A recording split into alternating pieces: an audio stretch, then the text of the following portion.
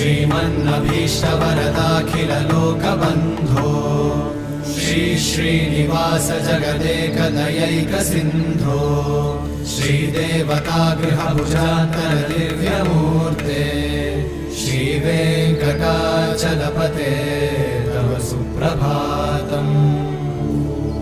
श्रीस्वामी पुष्करिणिकाप्लवनिर्मलाङ्गा श्रेयोर्थिनो हरविरिञ्चि सनन्दनाद्याः द्वारे वसन्ति वरवेत्रहतोत्तमाङ्गा श्रीवेङ्कटाचलपते तव सुप्रभातम्।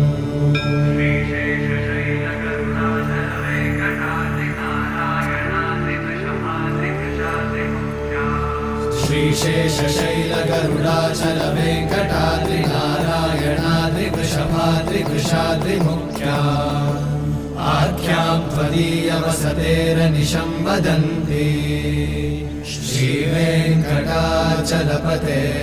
तव सुप्रभातम्।